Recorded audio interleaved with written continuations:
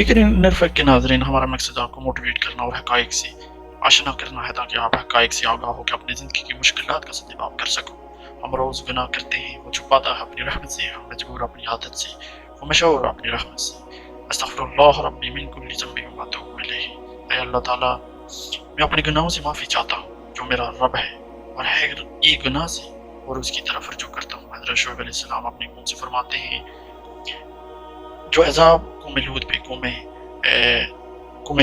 نو پہ، قوم صالح پر آیا، کہیں وہ تم پہ نہ آ جائے، تو استغفار کو اپنی زندگی میں شامل اور لازم کر دو۔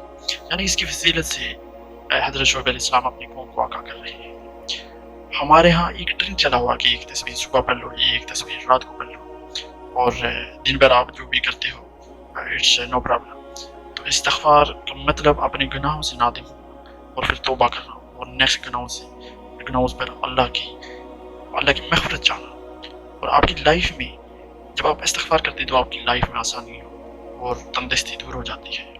تو اس کو استغفار کو اپنے اوپر لازم قرار دیں، کیونکہ استغفار کا مطلب اپنے روزمرہ کے جو معاملات ہم کرتے ہیں، مثلا ہماری جو برائیاں ہیں اس کو دور کرنا مین مقصد ہمارا یہ ہے۔ چوری، غیبت، منافقت اور حق تلفی اور حق کا ساتھ دینا، جس طرح آج کل پاکستان میں ہے ایک طرف حق اور باطل کی لڑائی ہے، تو حق کا ساتھ دینا، یہ استغفار کا مطلب اللہ مہربان ہوگا، رحم کرے گا، نوازے گا، لیکن وہ استغفار حقیقی معنوں میں ہونا چاہیے۔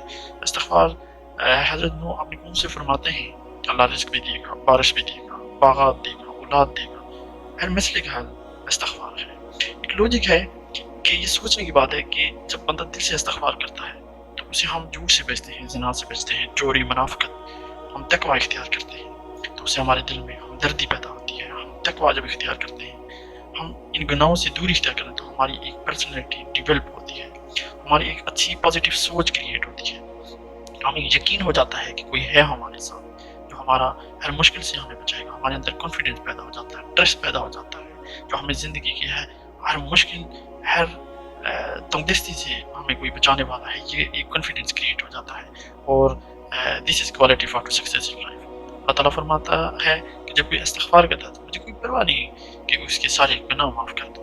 جو بندہ استغفر اللہ اپنے پر لازم کر دیتا ہے، یعنی اس کو اٹھتے بیٹھتے اس کا ورد کرتا ہے، تو استغفار کا سب سے بڑا فائدہ کہ بندے کے غم سے نجات ملتی ہے، اس کو ذہنی سکون ملتا ہے، رزق کی تنگدستی دور کر دی جاتی ہے۔